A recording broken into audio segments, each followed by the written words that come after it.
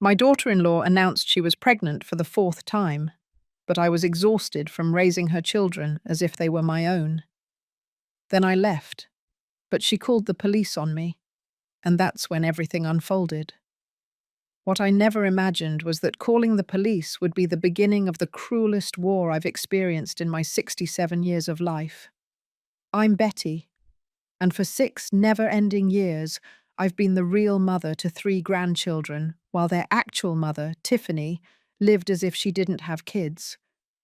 When she gave me the news of the 4th pregnancy, something inside me snapped.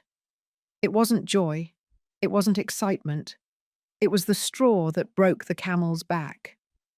Because I knew exactly what it meant. Another baby for me to raise while she kept hopping from party to party. It all started 6 years ago when my first grandchild was born. Tiffany was barely 23, and I thought it was normal for a first-time mother to need help. It will only be temporary, I kept telling myself. It's normal for her to be nervous. But days turned into weeks, weeks into months, and months into an endless nightmare. Michael, my son, worked morning until night to support his new family, so the responsibility fell completely onto my shoulders. At first, it was just in the afternoons.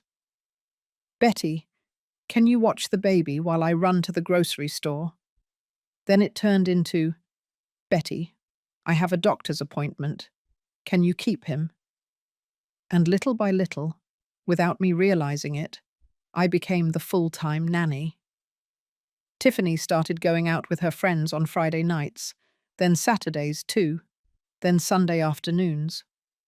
She always had the perfect excuse, always a reason why she couldn't take care of her own child. When the second baby arrived 4 years ago, I was already trapped. Tiffany didn't even pretend she was going to change. She would arrive at my house at 8 o'clock in the morning, drop off the 2 kids, and disappear until night. "I have things to do," she would tell me, as if raising her children wasn't one of those things. My days began at 6 o'clock in the morning preparing breakfasts, changing diapers, and ended at 10 o'clock at night when I finally managed to put the little ones to bed. I spent my entire pension on them: diapers, formula, clothes, toys, medicine when they got sick. I calculated once, and in those years I had spent more than $50,000 of my savings. Money I had saved for my old age, for my own needs, went directly to supporting the children of a woman who preferred to spend her money on new clothes and nights out in Los Angeles. The 3rd grandchild arrived 2 years ago, and by then I was no longer Betty, the affectionate grandmother. I was Betty, the household slave. 3 children under 6 running around my house, yelling, fighting, while I ran after them as if I were 20 years old again. My knees ached, my back was killing me, but there was no rest. Tiffany had turned my home in San Diego into her personal free daycare. The worst part was that she acted as if she were doing me a favor by letting me watch my grandchildren, as if I should be grateful for the opportunity to raise them. Never a genuine thank you, never any recognition for everything I did. On the contrary, if I ever complained, she would reply, "But Betty, they're your grandkids. Don't you love them?" As if love meant I had to completely sacrifice my life for someone else's irresponsibility. My friends stopped inviting me to their get-togethers because I always had to decline. "I can't. I have the kids." My social life completely vanished. I couldn't go to the doctor without taking 3 little ones with me. I couldn't go shopping without carrying strollers and diaper bags. I couldn't even take a nap in the afternoons because someone was always crying, someone was hungry, someone needed attention. And there she was, at my doorstep, with a radiant smile, stroking her barely bulging belly, telling me, "Betty, we have wonderful news. We're having another baby." As if it were the greatest blessing in the world. As if she didn't see the permanent dark circles under my eyes. as if she didn't notice that I had aged 10 years in these shadows in the last 6.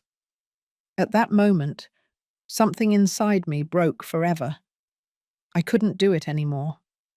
When Tiffany finished giving me the wonderful news of her 4th pregnancy, I stayed silent for several minutes. She kept talking excitedly about names, about how the other children would be happy to have another little sibling, about how blessed she felt. But I could only think of one thing.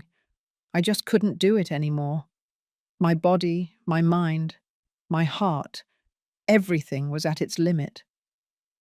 "You're not excited, Betty?" she asked when she noticed my silence. "You're going to have another beautiful grandchild." And that's when I exploded. I didn't yell, I didn't raise my voice.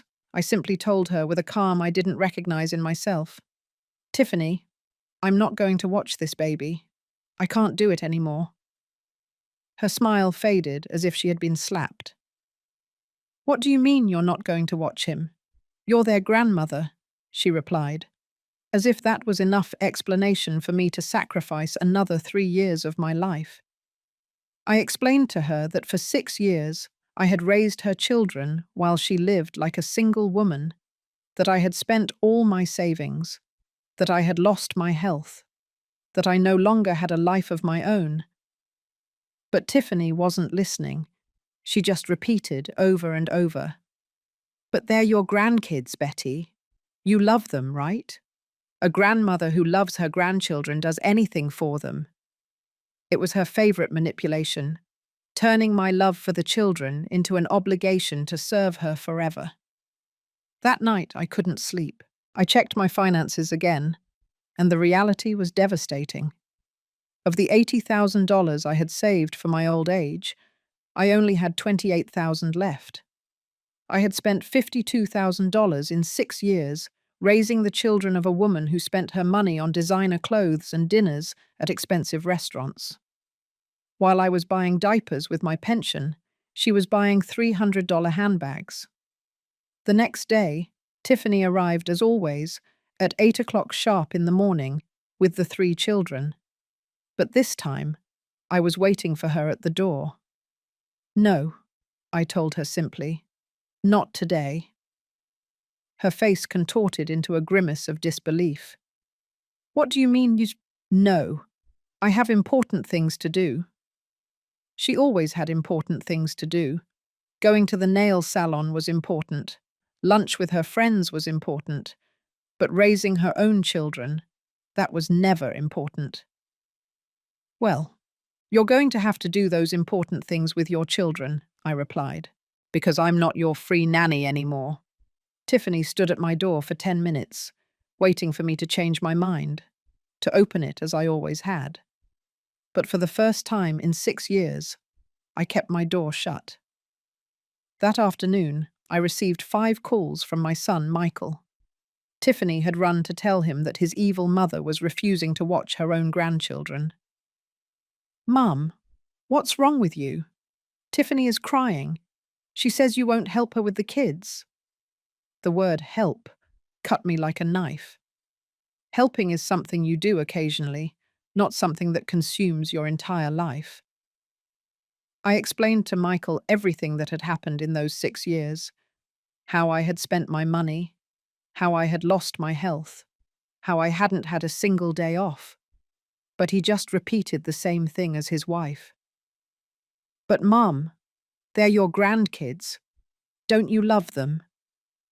As if loving meant destroying myself for their convenience. "Michael," I told him, "I love my grandchildren more than my own life, but I am not going to continue being a slave to a woman who doesn't want to be a mother." My son fell silent. I think for the first time in years, he really heard what I was telling him.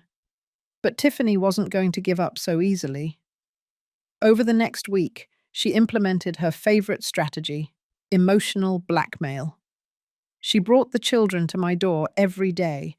The kids cried, asking me to let them in as always. "Grandma Betty, why don't you love us anymore?" My heart broke every time, but I knew that if I gave in even once, we would be back in the same hellish cycle. Tiffany had told the children that Grandma Betty didn't love them anymore, which is why they couldn't play at my house. She was using my own grandchildren as emotional weapons against me. It was cruel and manipulative, but effective. Every time I saw their sad little faces pressed against my window, I felt like I was the villain in the story. On Friday of that week, Tiffany showed up at my door with a new strategy. She was accompanied by her sister, Sharon, who started yelling at me as soon as she saw me. "You're a horrible grandmother. How can you abandon these innocent children?" Sharon knew nothing of what I had lived through for 6 years, but she felt entitled to judge me. "If you think it's so horrible for a grandmother not to watch her grandchildren," I replied, "then you can watch them. Tiffany can bring them to your house every day." Sharon immediately fell silent. It was easy to judge from the outside, but no one really wanted to take responsibility. That night, while I was having dinner alone in my house for the first time in 6 years, feeling that strange mix of freedom and guilt, the doorbell rang. It was 9 o'clock at night. I opened the door and there they were, 2 police officers, with Tiffany standing behind them with a triumphant smile. "Ma'am Betty," the senior officer said to me, "we received a complaint of child neglect. This woman says you refuse to watch your grandchildren and that the children are in danger." My world stopped. Tiffany had called the police. She had gone so far as to involve the authorities because I refused to be her slave. "Officer," I said with all the dignity I could muster, "those children are not neglected. They are with their parents, where they should be. I am the grandmother, not the mother. I have no legal obligation to care for someone else's children." But Tiffany had already prepared her version of events. According to her, I had been the primary caregiver for years and had now abruptly abandoned the children without explanation. The police officers explained that while there was nothing illegal about my decision, they wanted to make sure the children were okay. I had to show them messages, photos, any evidence that Tiffany was a negligent mother who had abused my kindness for years. When the officers left, after confirming that the children were safe in their own home with their parents, Tiffany remained standing at my door. Her triumphant smile had disappeared. "This isn't going to end here, Betty," she told me in a cold voice I had never heard from her. "I'm going to show you who has the power here." And that's when I knew the war was just beginning. After that night with the police, I thought Tiffany would calm down and understand that she couldn't keep manipulating me. How naive I was. What followed were the 3 most hellish weeks of my life, where I discovered how far a person can go when they lose control over someone they had been exploiting for years. The day after the police visit, Tiffany implemented her new strategy: total siege. At 6 o'clock in the morning, the messages started arriving on my phone. "Betty, the baby is crying and I don't know what to do. I need you to come over. Betty, I don't have money to buy formula. The children are going to starve. Betty, I'm pregnant and I feel sick. I can't watch 3 children alone." Each message was more dramatic than the last. According to Tiffany, if I didn't give in, the children would die of hunger, they would get sick, they would suffer psychological trauma. Everything was my fault for being a selfish grandmother who cared more about her comfort than her grandchildren's well-being. I received between 20 and 30 messages daily, all full of manipulation and emotional blackmail. But the worst part came when she started using the children as messengers. She sent them to knock on my door with little cards that read things like, "Grandma Betty, Mummy says you don't love us anymore. Is it true you don't want us?" Imagine the pain of reading those words written in the shaky handwriting of a 5-year-old child. Tiffany had turned my own grandchildren into soldiers in her psychological war against me. One afternoon, the 4-year-old showed up alone at my door, crying. "Grandma, Mummy says if you don't come watch us, Daddy is going to leave the house, and we'll be left with no money. It was a lie, of course. But how do you explain that to a 4-year-old? I hugged her. I comforted her. But I didn't open my door. I knew that if I did, we would be back in the same vicious circle. That night, I received a call from Michael that broke my heart. Mum, Tiffany is really bad. She cries all day, says she can't handle the 3 kids alone. She's pregnant. She's stressed. The kids are suffering too. They ask about you all the time. My son sounded desperate, exhausted. For the first time, he was realizing what I had been carrying for 6 years. Michael, I told him, if Tiffany can't watch 3 children, why did she decide to have a 4th? If she's so overwhelmed, why did she never stay home to watch them herself all these years? My son had no answers. He just repeated that he needed me to be understanding and help the family. But understanding had run out a long time ago. For 6 years, I was more than understanding. I was a saint. I understood when Tiffany needed time for herself. I understood when she went on a trip with friends, leaving me with sick children. I understood when she spent the diaper money on new shoes. I had no more understanding left to give. The following week, Tiffany escalated her campaign. She started calling all my relatives, telling them her distorted version of events. According to her, I had gone crazy overnight and had cruelly abandoned my grandchildren.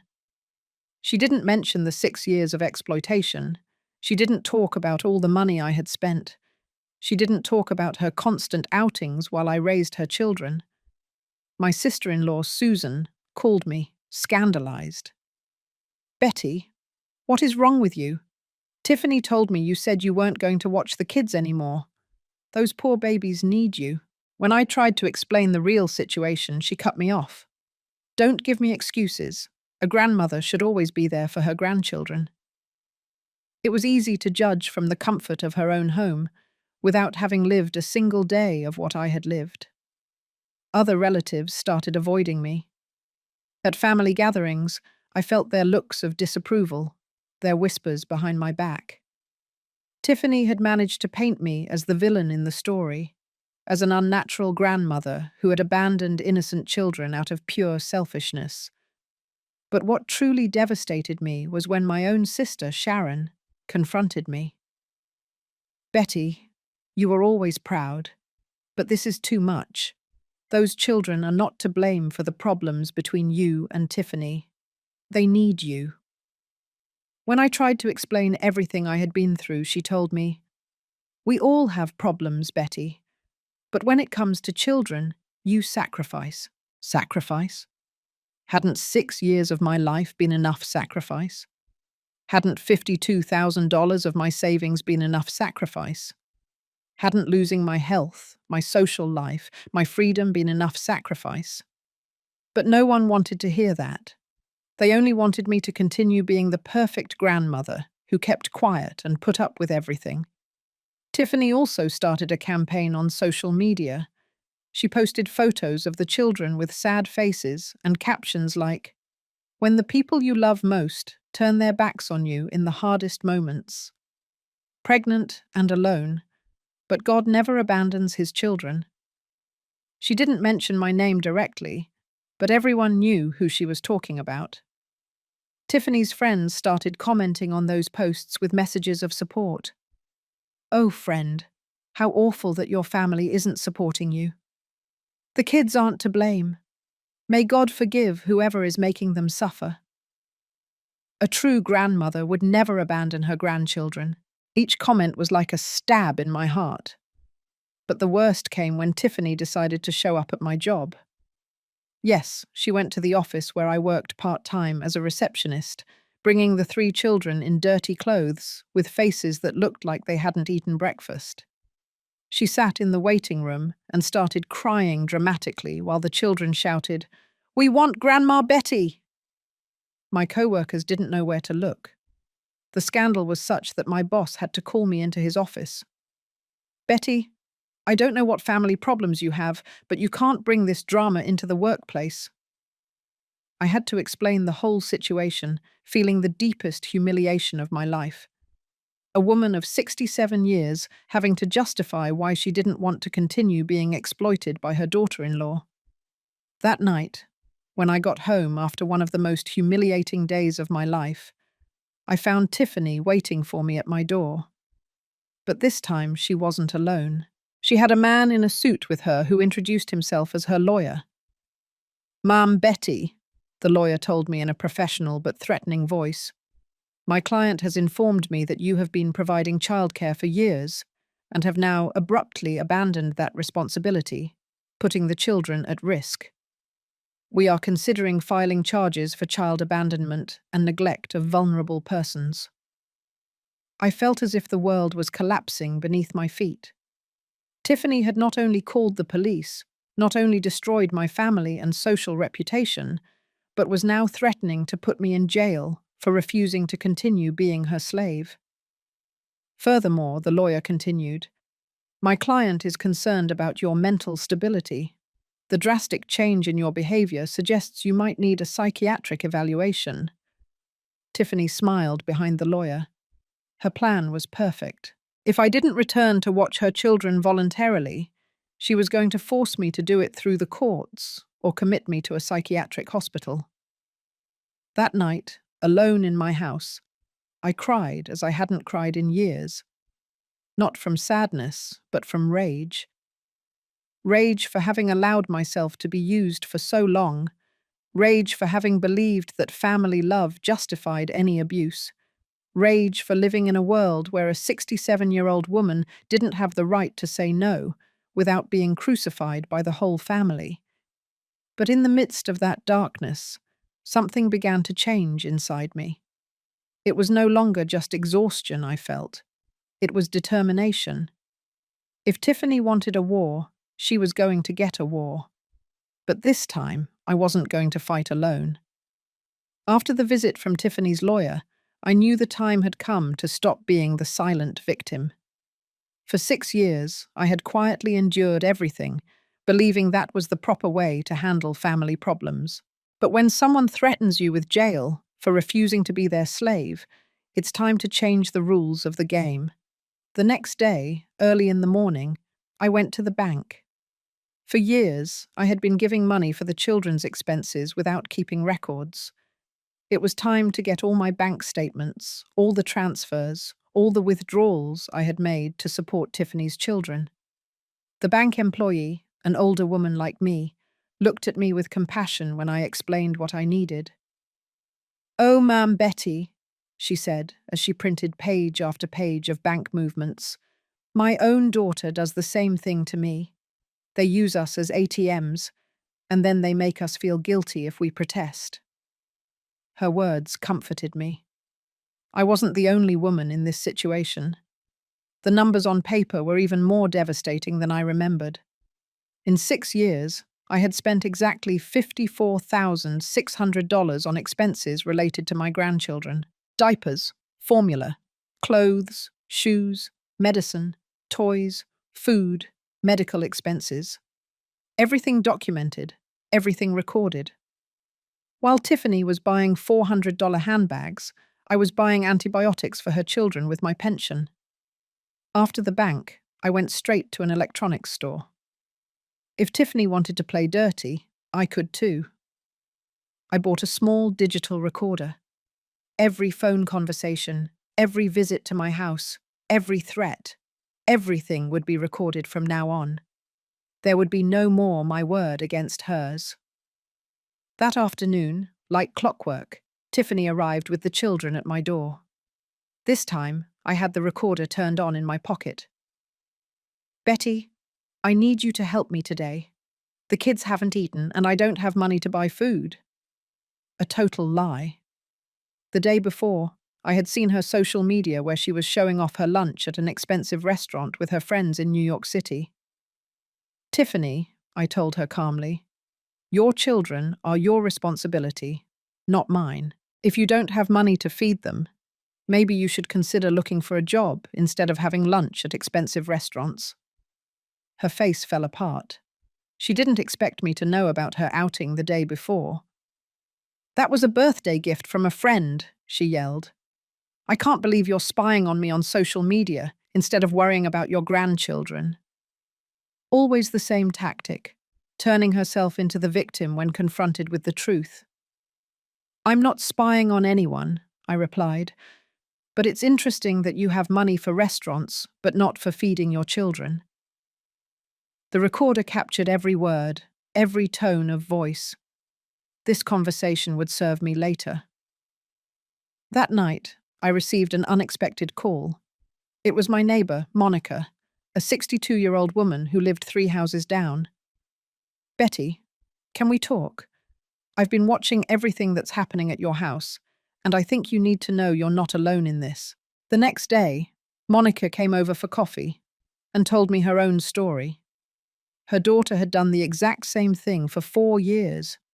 She had turned her into a full-time nanny while she looked for work and went out partying. "I spent my savings, I lost my health, and when I finally said enough, she accused me of not loving my granddaughter. I had to go to therapy to understand that saying no didn't make me a bad grandmother."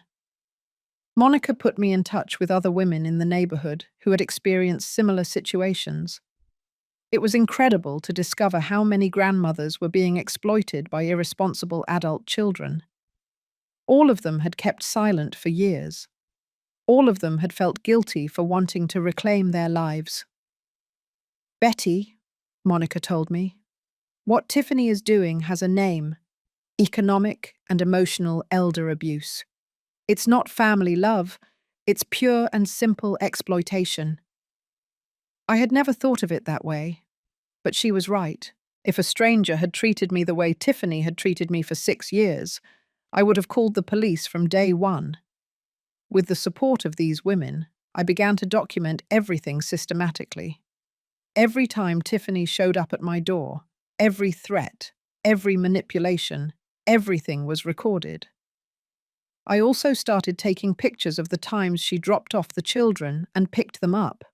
Evidence that I was the de facto caregiver while she lived like a single woman.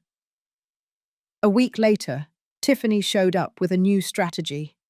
This time, she was accompanied by a woman who introduced herself as a social worker. "Ma'am Betty, we received an anonymous report about possible child neglect at this address. We need to inspect the living conditions of the children." My heart stopped for a moment, but then I remembered that the children didn't live with me. "The children don't live here," I explained to the social worker. "They live with their parents as they should. I am just the grandmother." Tiffany had lied again. She had told social services that the children lived with me to create more problems. The social worker apologized for the confusion and left, but Tiffany remained. "I told you this wasn't going to end here, Betty. I can make your life impossible until you come back and watch my children." Her mask had completely fallen. She was no longer pretending it was about the children's well-being. It was pure vengeance for having lost her personal slave. "Tiffany," I told her with a calm that surprised myself, "you can bring all the lawyers, social workers, and police you want, but I'm not raising your children anymore. Find a daycare, hire a nanny, or better yet, stay home and be the mother you should have been from the beginning." Her response was predictable. "You're a horrible grandmother. The children are going to grow up hating you for this." It was her last resort, the threat that I would lose my grandchildren's love. But Monica had already prepared me for this. Children who grow up seeing their parents exploit their grandparents don't learn to love. They learn to use.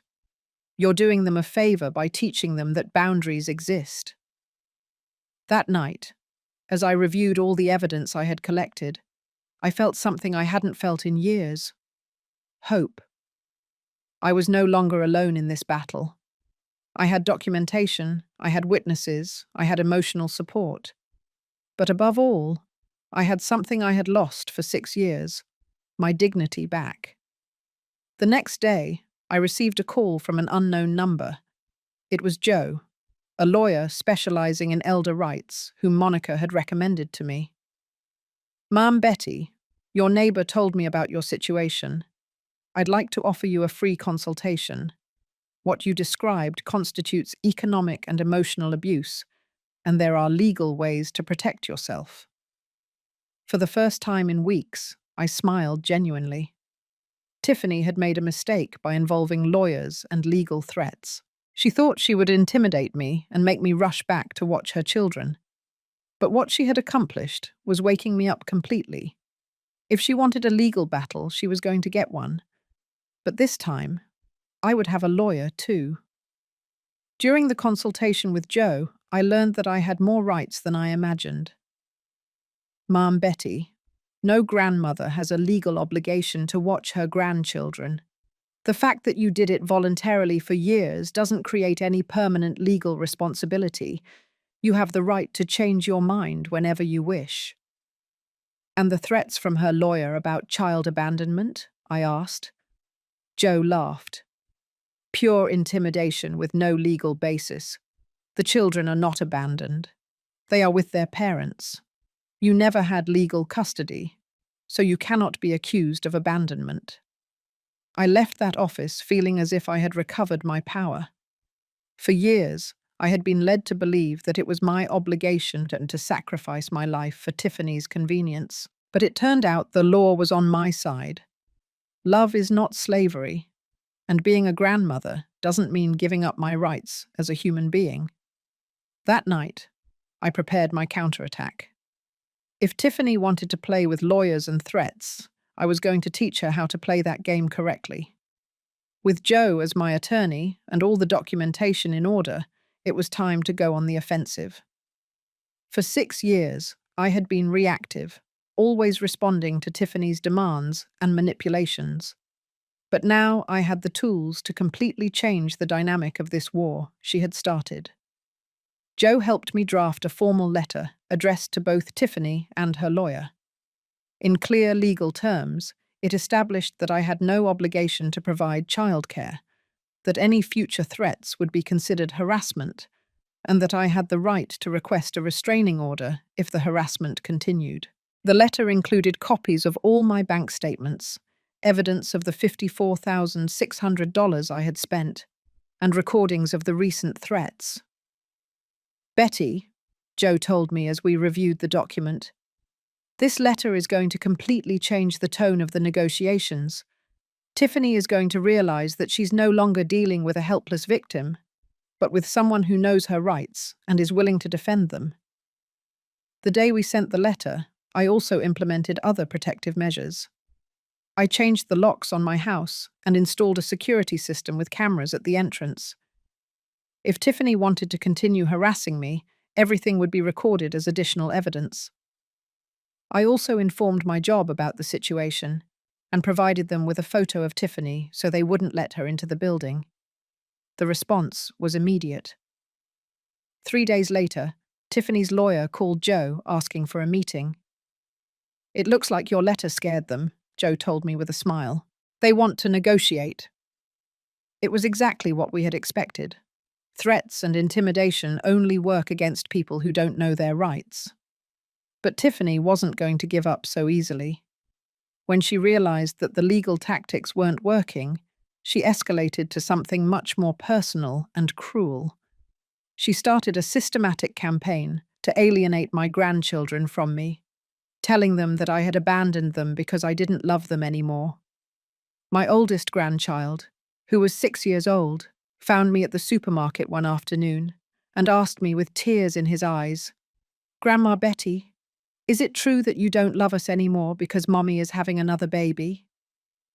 That moment broke my heart.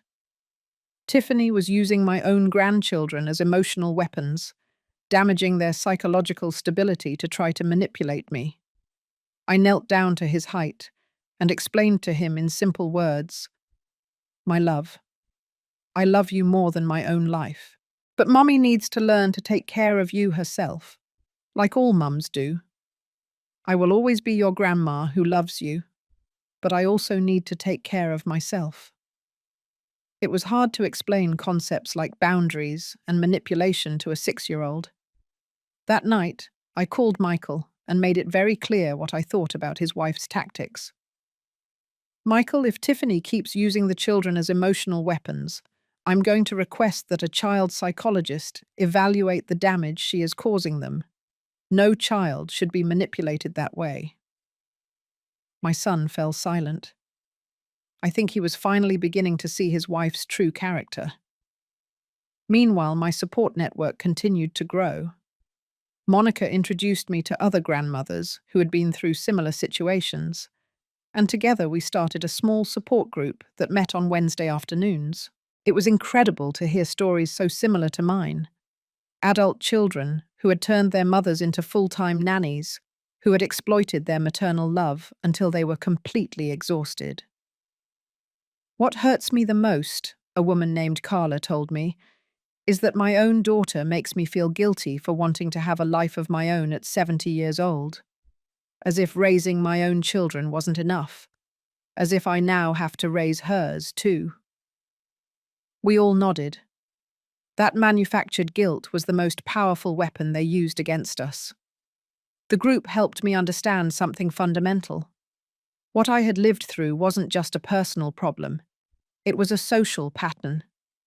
There was a whole generation of older women being exploited by adult children who refused to take on their parental responsibilities. And all of us had kept silent for years, believing that was family love.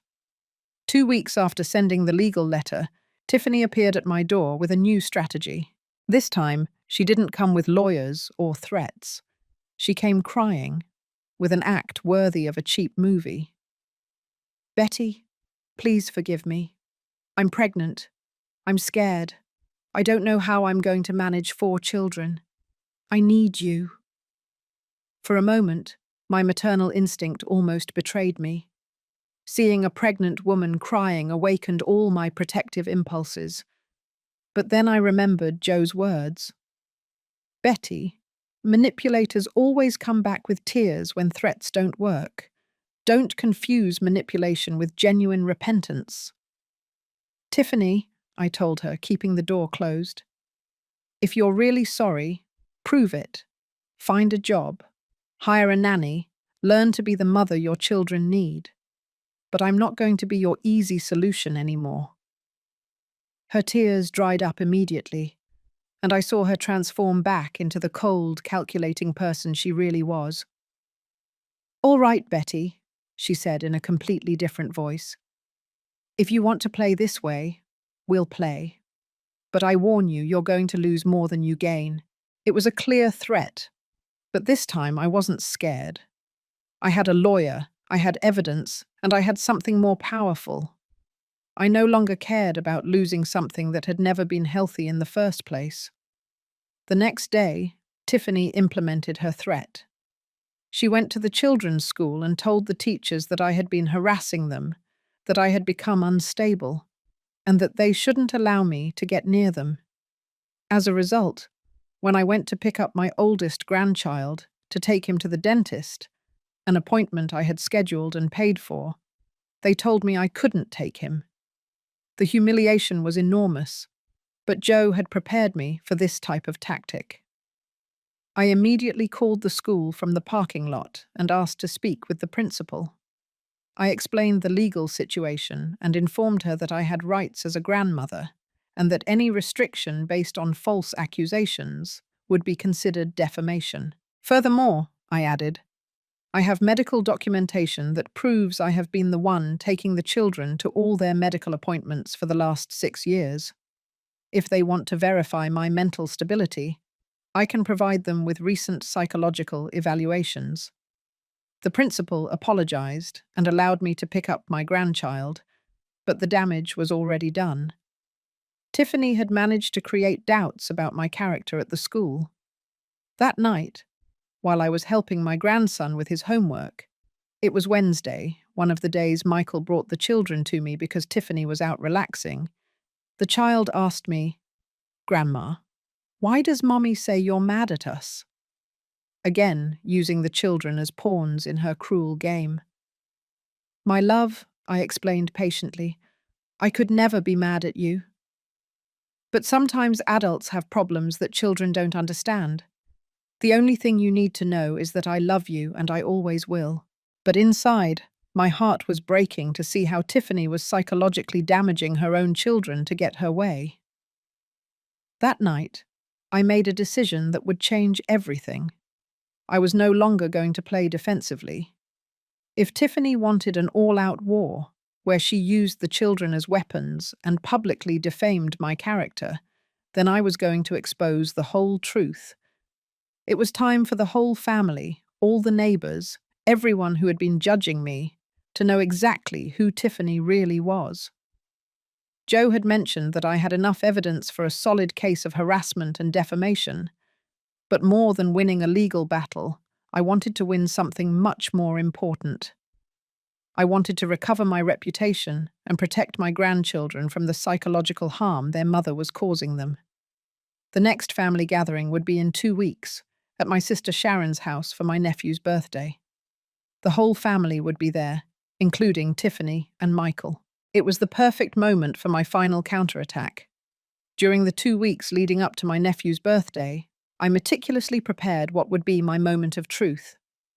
Joe helped me organize all the evidence into a clear and compelling presentation. Bank statements, audio recordings, text messages, testimonies from the children's teachers. Everything was perfectly documented and organized chronologically. Betty, Joe told me as we reviewed the materials, you have one of the most solid cases of economic and emotional elder abuse I've ever seen. Any judge who sees this evidence would immediately understand what you have lived through. But my goal wasn't to go to trial. My goal was for my own family to understand the truth before it was too late. I also prepared something else, a detailed report of all the expenses I had incurred for 6 years, not just the money, but the time. I calculated that I had dedicated an average of 12 hours daily to watching the children, which was equivalent to approximately 26,000 hours of unpaid labor. If I had been a professional nanny, I would have earned close to $300,000 for those services. The night before the family gathering, Monica came to keep me company while I finished organizing everything. "Are you sure you want to do this, Betty? Once you say everything, there's no turning back." She was right. Publicly exposing Tiffany was going to create a definitive rupture in the family, but I had already made my decision. "Monica," I replied, "for 6 years, I have kept silent while she slowly destroyed me. I have allowed them to paint me as the villain while she presents herself as the victim. No more. If they are going to judge me, let it be for the complete truth, not for Tiffany's lies." The day of the birthday, I arrived early at Sharon's house in Denver, Colorado. I wanted to talk to her before the others arrived. My sister greeted me with obvious coldness. Tiffany had done an excellent job poisoning the family against me. "Betty, I hope you come with a better attitude today. This is my son's birthday. I don't want drama." "Sharon," I told her calmly, "I just want you to know that today you are going to hear things you might not expect. But everything I am going to say is the truth, and I have evidence to back it up." My sister looked at me with distrust, but nodded. When the relatives started arriving, I could feel the tension in the air, the looks of disapproval, the whispers, the physical distance. Tiffany had done her job perfectly. Everyone saw me as the cruel grandmother who had abandoned her grandchildren out of pure selfishness. Tiffany arrived late, of course, making a dramatic entrance with her 5-month belly perfectly highlighted by a tight pink dress. She came with the 3 children impeccably dressed and groomed, the perfect image of the devoted, hard-working mother. Michael carried bags of expensive gifts, showing how generous the family was despite my cruelties. During the first hour of the party, Tiffany dedicated herself to reinforcing her narrative. Subtle but poisonous comments. "Oh, it's so nice that Betty could come. The kids miss her so much. It's so hard watching 3 children alone, especially being pregnant, but a person does what she has to do for love. I hope someday Betty remembers how important family is. Each comment was like a stab, but I remained serene. I knew my moment would come. Meanwhile, I observed the reactions of the relatives. Some nodded understandingly at Tiffany's comments. Others looked at me with a mixture of disappointment and pity. Only my brother-in-law, Robert, seemed uncomfortable with the whole situation. The moment came when Sharon asked for attention to make a toast to her son. When she finished, I stood up. Family, I would also like to say a few words. I know many of you have heard one version of what has happened between Tiffany and me. Today, I want you to hear the complete version, with evidence. The silence that followed was so dense you could cut it with a knife. Tiffany looked at me with poorly disguised panic. Michael looked confused. The other relatives seemed uncomfortable but curious. I began by telling them the complete truth of the last 6 years. Not just the facts, but the real numbers. For 6 years, I have spent $54,600 of my savings supporting Tiffany's children. I have all the bank statements here to prove it. I took out the folders of documents and began showing them the evidence. I have worked an average of 12 hours daily as an unpaid nanny, which is equivalent to a full-time job with no days off, no vacations, no bonuses. The relatives' faces began to change. The numbers didn't lie. I continued, showing them the audio recordings where Tiffany threatened me, the text messages where she emotionally blackmailed me, the photos of her at expensive restaurants while I bought medicine for her children with my pension. Here you have evidence that while I was spending my savings on diapers, she was buying $400 handbags. Tiffany tried to interrupt. Betty, this is ridiculous. You're exaggerating everything. But I kept speaking, keeping my voice calm and presenting evidence after evidence. The receipts for medicine, the pediatrician bills that I had paid, the testimonies from the teachers, that I was the one who attended all the school meetings. And when I finally said I couldn't do it anymore, I continued, Tiffany threatened me with lawyers, called the police alleging child abandonment, went to my job to publicly humiliate me, and told the children that I didn't love them anymore to emotionally manipulate me. The silence in the room was deafening. Robert was the first to speak. Betty, I didn't know any of this. Tiffany told us that you had changed overnight, that you had become selfish for no reason. Other relatives began to murmur among themselves, processing all the information. Tiffany, seeing that she was losing control of the narrative, stood up dramatically. I can't believe you're believing these lies. Betty is making all this up because she's resentful that I'm having another baby. But her act no longer worked. The bank documents, the recordings, everything was irrefutable evidence. My sister Sharon approached to check the papers. Her face turned pale as she read the bank statements. Betty, I didn't know you had spent so much money. The amount was devastating even for someone seeing it for the first time. Michael, who had been silent all this time, finally exploded. Tiffany, is all this true?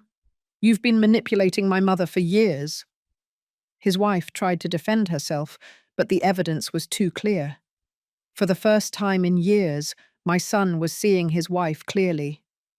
Of course not, Tiffany yelled. Your mother is exaggerating everything. I just needed help like any young mother.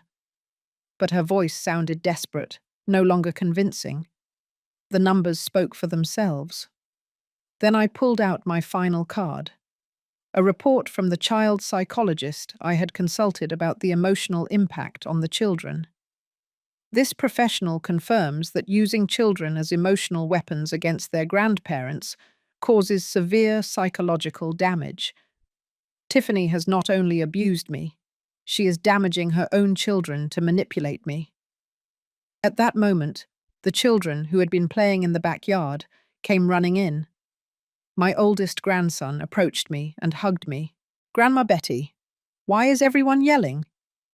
Tiffany immediately tried to pull him away from me, but Michael stopped her. No, he told his wife firmly. No, P. My mother has the right to see her grandchildren without you using them as pawns in your games. It was the first time Michael had defended anyone other than Tiffany. The atmosphere in the room had completely changed. The relatives who had previously looked at me with disapproval now looked at Tiffany with disgust. The truth had that power. Once exposed, it was impossible to ignore. Tiffany, seeing that she had completely lost control of the situation and that the entire family now knew the truth, did something no one expected. She grabbed her belly dramatically and began to moan. "Oh no! Something is wrong with the baby. It hurts so much." She dropped onto the sofa, faking contractions, with an act so exaggerated it seemed straight out of a low-budget soap opera. Panic immediately took over the room. Michael ran to her. Relatives started talking about calling an ambulance, and I stood watching the most pathetic scene I had ever witnessed in my life. Tiffany had played her final card, faking a medical emergency to divert attention from all the evidence I had just presented. "Quick, call 911, Michael shouted, completely convinced by his wife's performance. "Tiffany, breathe. Everything is going to be okay." But I had lived with this woman for 6 years. I knew her manipulations better than anyone, and this was the most desperate of them all. "Michael," I said calmly, "if she were really having a medical emergency, she wouldn't be speaking so clearly, nor would her cheeks be flushed. She's faking it." My comment caused several relatives to look at me in horror. How could I be so cruel as to accuse a pregnant woman of faking an emergency? But Robert, who is a retired doctor, approached to examine her. "Tiffany, let me check your pulse and blood pressure," he said professionally. She immediately became nervous. "I don't need you to check me. I need to go to the hospital." Her resistance to being examined by a real doctor was suspicious. "If you really have an emergency," Robert insisted, "I need to assess your vital signs before the ambulance arrives." Tiffany had no choice but to let him check her. After a few minutes, Robert stood up with a serious expression. "Tiffany, your pulse is normal, your blood pressure is normal, and you show no signs of fetal distress. Are you sure you feel pain?" Tiffany's face fell apart. She had been caught by a medical professional in front of the whole family. Her last desperate resort had failed miserably. "Me? Well, maybe it was just a scare," she muttered, miraculously recovering from her medical emergency. The silence that followed was more powerful than any accusation. All the relatives realized what had just happened. Tiffany had faked a medical emergency to avoid facing the consequences of her years of manipulation and abuse. It was the height of dishonesty. Sharon was the first to speak. "Tiffany, did you just fake a medical emergency? Seriously?" Her voice was full of disgust and disappointment. It was one thing to lie about family problems, but faking that an unborn baby was in danger crossed every imaginable line. Michael stood looking at his wife as if seeing her for the first time in his life. "Tiffany, what did you just do?" His voice trembled with disbelief and humiliation. In that moment, I think he finally understood who he had married. Tiffany tried to defend herself. "I did feel something. Maybe it was nerves because of all this attacking me." But no one believed her anymore. She had shown her true character in the most grotesque way possible. Even the relatives who had been on her side now looked at her with repulsion. "Tiffany," I told her with a voice firmer than I had heard in years, "faking a pregnant medical emergency is the lowest thing you've done so far. And that's saying a lot considering everything you've done to me for 6 years." I no longer had to hold back. Everyone had seen her true nature. The children, who had been scared by their mother's apparent medical problem, now looked confused. My oldest grandson asked me, "Grandma, is Mommy okay?" The baby is fine. I had to comfort him and explain that everything was okay, while internally I was horrified that Tiffany had even used her pregnancy as a weapon of manipulation. Michael took the children's hands. Kids, let's go out to the backyard for a moment while the adults finish talking. He needed to protect his children from seeing more of this public humiliation.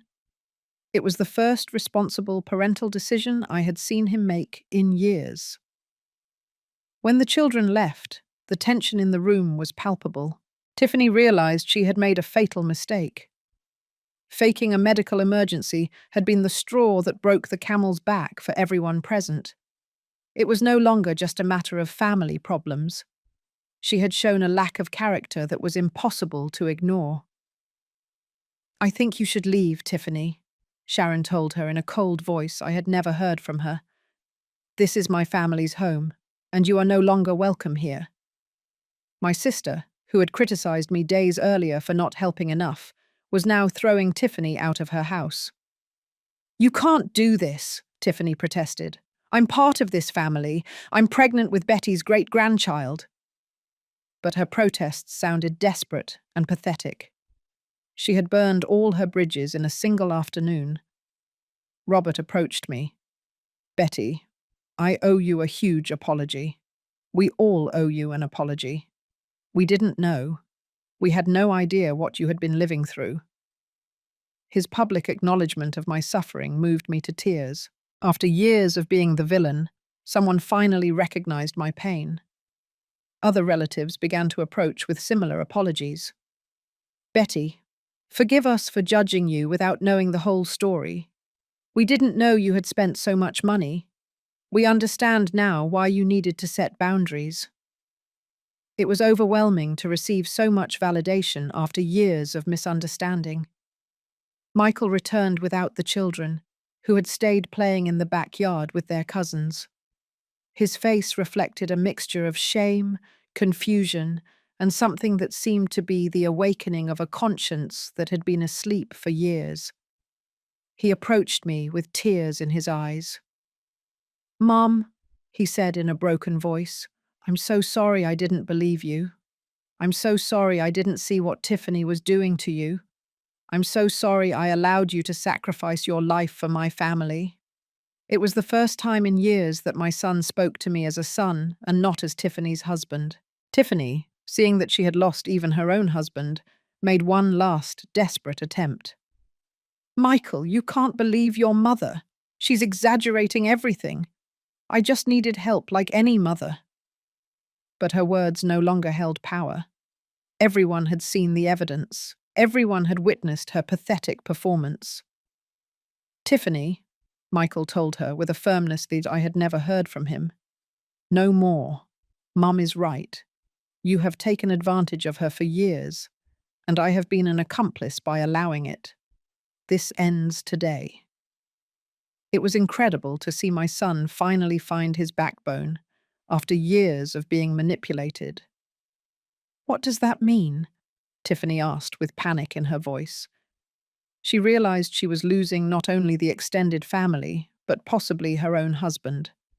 Her kingdom of manipulation was completely crumbling. "It means," Michael replied, "that you're going to look for a job, you're going to hire a professional nanny, and you're going to stop using my mother as your personal slave. And it means that if you ever threaten or harass her again, I myself will support any legal action she wants to take against you." The power had completely shifted hands. For years, Tiffany had controlled the family narrative, manipulated everyone's emotions, and turned the victim into the villain. But the truth had an unstoppable force, and once exposed, it had destroyed her entire architecture of lies. Tiffany got up from the sofa with the little dignity she had left. "This isn't going to end here," she muttered. But her threat sounded empty. She no longer had an army. She no longer had allies. She no longer had power. She was just a pregnant woman who had been exposed as the manipulator she really was. When she left, taking with her the remnants of her destroyed credibility, the silence in the room was different. It wasn't the uncomfortable silence of a secret, but the liberating silence of the truth, finally spoken. After Tiffany walked out of Sharon's house, humiliated, the family atmosphere completely changed. For the first time in years, I could breathe freely at a family gathering. The whispers and looks of disapproval had been replaced by sincere hugs and genuine apologies. But I knew this was only the beginning. Tiffany wasn't going to accept this public defeat without attempting some kind of final revenge. Over the following weeks, things changed dramatically in my family. Michael started bringing the children to me regularly, but not so I would watch them while he worked, but so we could spend quality time as grandmother and grandchildren. "Mum," he told me one day, "I want my kids to have a normal relationship with you, not an exploitative one." It was beautiful to be able to play with my grandchildren without feeling the weight of total responsibility on my shoulders. I could read them stories without worrying about changing diapers all night. I could take them to the park without agonizing over medical expenses. For the first time in 6 years, being a grandmother was a joy and not a burden. Michael also started telling me things he had previously kept secret. "Mum, Tiffany always told me that you enjoyed watching the kids, that you felt useful doing it. She told me that if we took that responsibility away from you, you would feel rejected and depressed." It was incredible to discover how Tiffany had manipulated even my own son's perceptions of my feelings. "She also told me that the money you spent was your way of showing love," Michael continued with shame. "That grandmothers who truly love their grandchildren always contribute financially. I thought you were happy to do it." The manipulation had been so systematic that it had brainwashed the entire family. Meanwhile, my support network with Monica and the other grandmothers had strengthened enormously. We now met 2 times a week, and we had started helping other older women who were in similar situations. Betty, a new woman in the group, told me, "Your story gave me the strength to confront my own daughter. For 4 years, I've been raising my 2 grandchildren while she lives like a single woman." It was powerful to discover that my experience could help other women reclaim their lives. We had created a real support system where we validated each other and gave each other practical strategies for setting healthy boundaries with manipulative adult children. Joe, my lawyer, kept me informed about the legal aspects.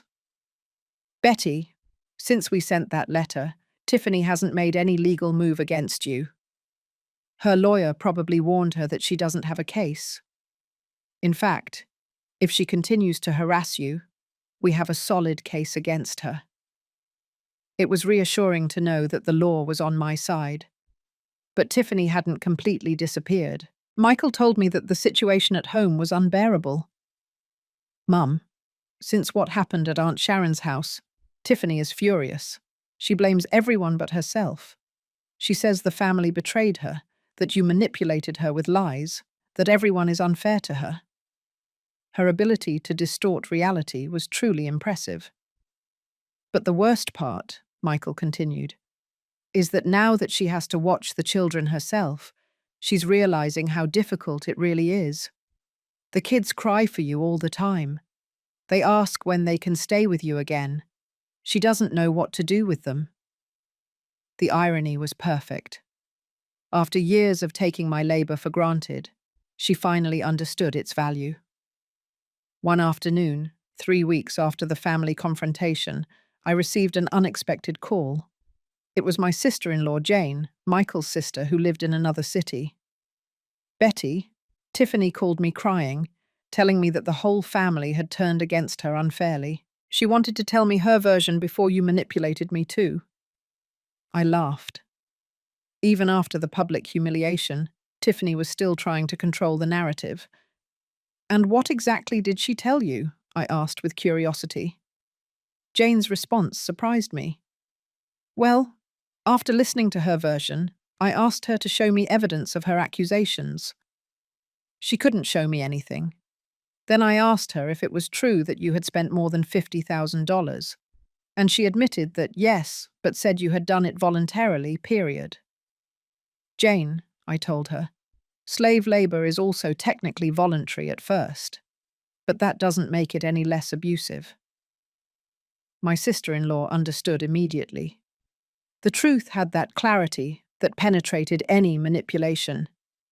But the most significant call came one Thursday night. It was Michael, and he sounded more serious than usual. "Mum, I need to tell you something important. Tiffany finally confessed something that changes everything." My heart raced. What else could there be?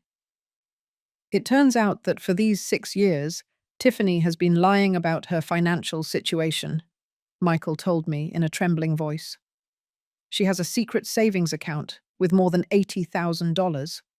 The entire time you were spending your pension on our children, she had enough money to cover all those expenses. The world stopped for a moment. Not only had I been exploited as a free nanny, but I had been economically defrauded, while Tiffany secretly accumulated money. "How did you discover this?" I asked, trying to control my indignation. "I was reviewing some papers for the baby's insurance when I found the bank statements," Michael explained. "When I confronted her, she first denied everything, then said it was money from her family, but finally admitted that she had been saving it for emergencies while you were paying for everything for the children." The betrayal was even deeper than I had imagined. For years, while I worried about not having enough money for medicine or diapers, Tiffany had a hidden fortune. She had turned my maternal love into her personal enrichment plan. "Michael," I told him with a calm I didn't feel, "I want you to document that bank account. This is no longer just emotional abuse. It's economic fraud." My son promised to get all the information.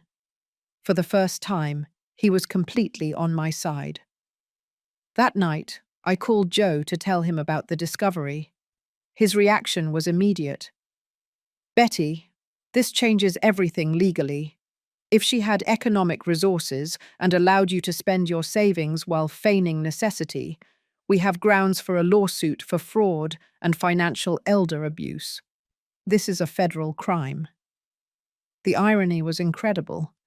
Tiffany, in her eagerness to control and manipulate, had made mistakes that could now result in serious legal consequences. Her greed and dishonesty had finally been completely exposed. The next day, Michael came to my house in New York with a folder full of documents. Bank statements, transfers, even receipts for expensive purchases Tiffany had made while I was spending my savings. "Mum, there's more. I also discovered that she has been selling some of the toys and clothes you bought for the children. She sold them online and kept the money." It was the height of dehumanization. Not only had she abused my love and my money, but she had turned the gifts for my grandchildren into her personal source of additional income. She was a person with no moral limits. "Michael," I told him as I reviewed all the evidence, "your wife is not just manipulative. She's a professional scammer, and I think it's time she faced the legal consequences of her actions." My son nodded, with tears in his eyes. He finally understood completely who he had married. That afternoon, I scheduled an urgent meeting with Joe. With all this new evidence, it was no longer just about setting family boundaries.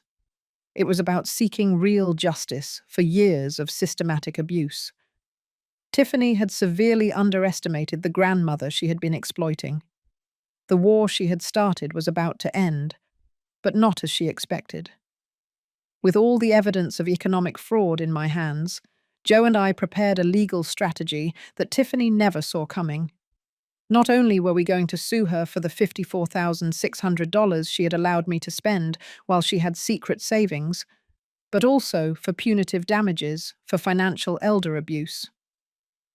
"Betty," Joe told me with a smile, "this is going to be more than a legal victory. It's going to be a lesson about the consequences of exploiting older people." But before proceeding legally, I decided to give Tiffany one last opportunity to do the right thing. I asked Michael to organize a family meeting on neutral ground, Joe's office. I wanted her to see all the evidence of her fraud and give her the opportunity to return the money and genuinely apologize before things escalated to court. The meeting was exactly what I expected. Tiffany arrived with her lawyer, maintaining her air of a misunderstood victim until the last moment. "I don't understand why we need lawyers to solve family problems," she began with her usual sweet voice. But when Joe placed all the bank statements from her secret account on the table, her face completely fell apart. "Tiffany," I said, looking her directly in the eyes, "for 6 years, you allowed me to spend my savings while you secretly accumulated more than $80,000. This isn't a family conflict. It's economic fraud."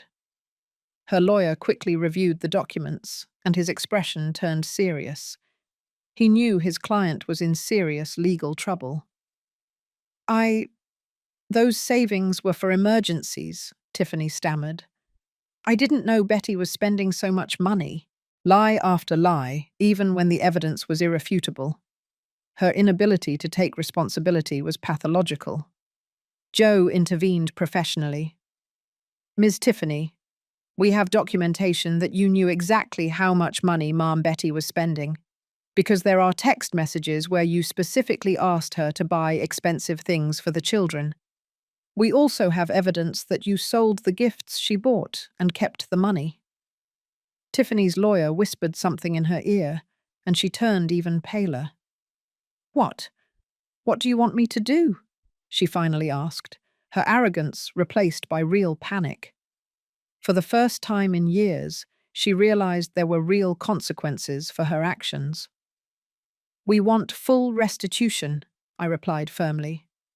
"The $54,600 you made me spend, plus interest, plus a public apology to the entire family for the lies you spread about me. If you accept this voluntarily, we will not proceed with criminal charges." Tiffany looked at her lawyer, searching for some way out, but he shook his head. "Ma'am, my recommendation is that you accept the agreement. The evidence against you is overwhelming, and the charges for financial elder abuse can result in jail time." Reality finally hit her like a bucket of cold water. "I don't have $80,000 liquid," she murmured. "I would have to sell some investments." It was incredible. Even at this moment, she was still trying to minimize what she had done. It wasn't her investments she had to sacrifice. It was my stolen money she had to return.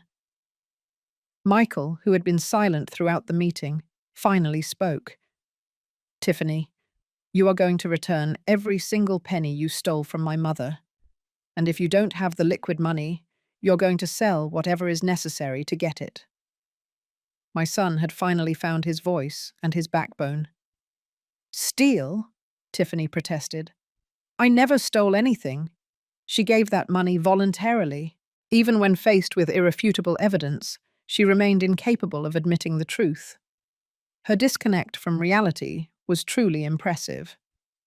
Allowing someone to spend their savings under false pretenses while you have your own resources is fraud, Joe explained patiently. The fact that the victim gave the money voluntarily does not change the criminal nature of the deception. The words victim and criminal seemed to hit her physically. After 2 hours of tense negotiations, Tiffany finally accepted the terms.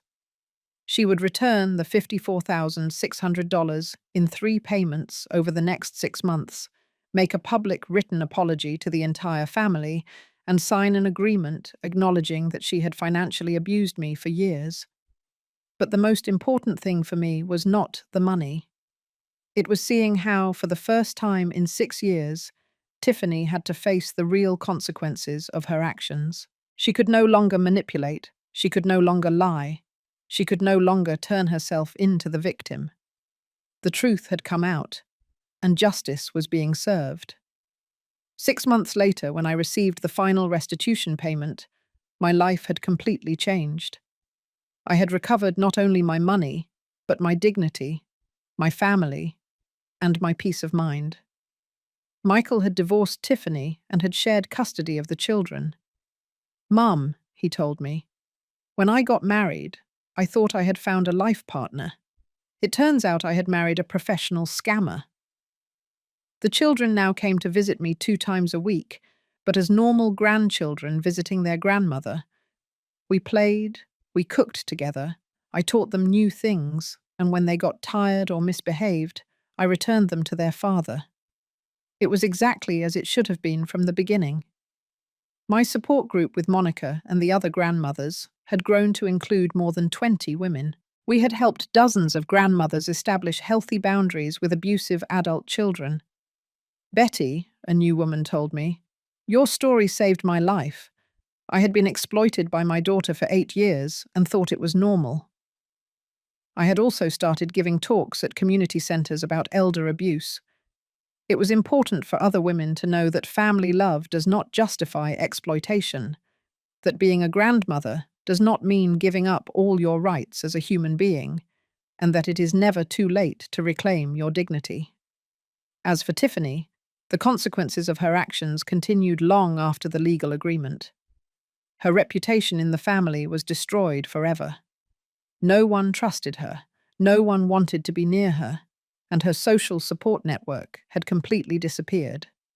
She had lost her husband, the respect of her children, and the place she had held in our family. The 4th baby was born 3 months after the divorce, and Tiffany found herself being a single mother of 4 children, without the support network she had abused for years. Michael religiously paid child support, but there was no longer a slave grandmother to watch them for free, no longer extra money from my savings, no longer emotional backing from the family. "It's ironic," Monica commented to me one afternoon while we were having coffee. "She spent years telling you that grandmothers who truly love their grandchildren make any sacrifice. Now she's learning what it really means to sacrifice for your children without exploiting anyone else." A year after this whole ordeal, I received an unexpected letter. It was from Tiffany, handwritten, asking for genuine forgiveness for the first time. "Betty," the letter said, "now that I am raising my 4 children alone, I finally understand what I did to you all those years. There is no excuse for having abused your love and generosity. I understand if you can never forgive me." I kept the letter in my desk without replying. Maybe someday I could forgive her, but the forgiveness would have to be for my own peace of mind, not for her benefit.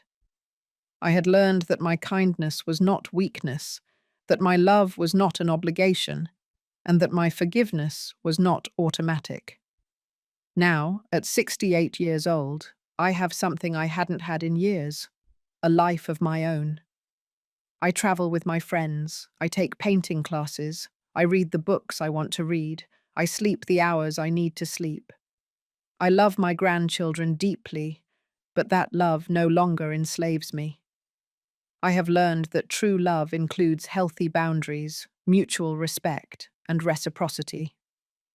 The most important lesson I learned is that it's never too late to reclaim your dignity.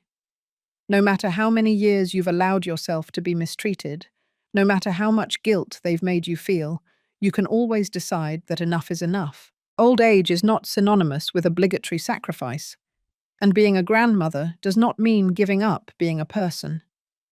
Today, when other women tell me stories similar to mine, I tell them the same thing I wish someone had told me 6 years ago. Your love for your grandchildren is beautiful, but don't let anyone turn it into your prison. You deserve respect, you deserve boundaries, and you deserve to live your own life. True love never requires you to destroy yourself. And that, finally, is the truth that set me free.